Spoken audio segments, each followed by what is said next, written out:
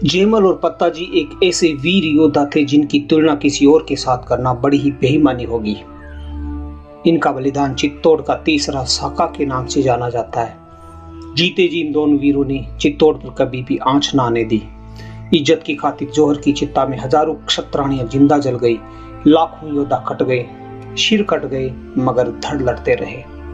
वक्त है 15वीं शताब्दी का, जब दिल्ली सम्राट अकबर ने चित्तौड़ फतह करने के लिए चित्तौड़ के किले पर आक्रमण किया था। वह अपने साथ 60,000 मुगल सेना का बड़ा लाजमा लेकर आया था। उस समय उदयपुर के महाराणा उदय सिंह मेवाड़ की राजगद्दी पर पदासीन थे।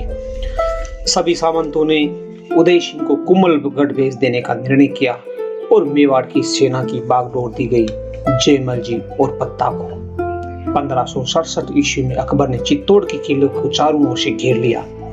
मुगलों ने किले पर आक्रमण करना शुरू कर दिया, पर हर बार वो असफल हुए। आखिर में मुगलों ने किले की दीवारों के नीचे सुरंग बनाना शुरू किया। मुगल दिन में सुरंग बनाते, पर रात्रि में राजपूत योद्धा उसे फिर से भर देते। मुगल किले के दरवाजे के पास की दीवारें तोड़ते, पर राजपूत योद्धा उसे रात में फिर से बना देते। ये जद्दोजहद 5 माह तक चलती रही, पर किले को मुगल भेद नहीं सके।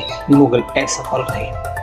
अंत में अकबर ने जयमल के पास अपना दूत भेजा और उसे प्रलोभन दिया कि तुम्हें मेवाड़ का राज्य दे दिया जाएगा। परंतु स्वामी भक्त जयमल ने अकबर के इस प्रस्ताव को ठुकरा दिया। जयमल ने कहा कि मैं अपने स्वामी के साथ विश्वासघात नहीं कर सकता।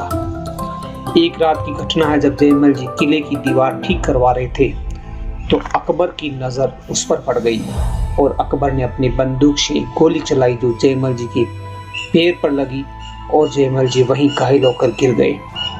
गोली का जहर शरीर में फैलने लगा। तब राजपूतों ने कोई चारा न देखकर जौहर करने और शक्का करने का निर्णय लिया। आखिर वे दिन आ ही गया। 6 माह तक किले को मुगल भेद नहीं पाए और धीरे धीरे चित्तौड़ के किले में रसद सामग्री भी खत्म होने लगी। आखिर निर्णय लिया गया और जौहर और शाका करने का ये दिन था 23 फरवरी 1568 ईस्वी। चित्तौड़ के किले में कुंड को साफ करवाया गया, उसे गंगा जल से पवित्र करवाया गया, चंदन की लकड़ी मंगवाई गई, नारियल मंगवाए गए और अंत में उसमें आग लगाई गई। उसके बाद जो हुआ वह अपने आप में एक इतिहास है।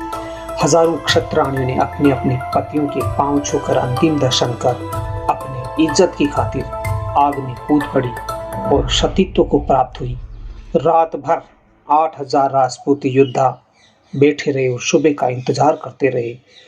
सुबह के पहले पहर में सभी ने अग्नि की राख का तिलक किया और देवी पूजा के बाद सफेद कुर्ते पाजामे और कमर पर नारियल बांधकर जौहर के बाद भूखे शेर बन चुके वीरों ने मुगलों पर जोरदार धावा बोल दिया। मुगल सेना चित्तौड़ की किले में हलचल से पहले ही सख्ते में थी। उन्होंने रात भर किले में जलती अग्नि देखकर वो समझ गए थे कि जौहर चल रहा है और कल शायद अंतिम युद्ध होने वाला है। सुबह होते ही किले के दरवाजे खोले गए। जयमल जी के पांव में चोट लगने की वजह से वो घोड़े पर नहीं बैठ पाए, तो वीर कल्लाजी राठौड़ के कंधे पर बैठे। युद्ध शुरू हुआ और वीरों ने कत्लेआम मचा दिया। जयमल और पत्ताजी के वारों से तुर्क सेना अस्त व्यस्त हो गई और उस युद्ध में हुए रक्तपात से कहा जाता है कि पास में ही बह रही गंभीरी नदी का जल भी लाल हो गया, गंभीरी रक्त रंजित हो गई। यद्यपि इस युद्ध में 8,000 राजपूत योद्धा मारे गए, परंतु उन्होंने 40,000 मुगल सैनिकों का कत्लेआम कर दिया था। ये सब कुछ देखकर अकबर हतप्रभ रह गया।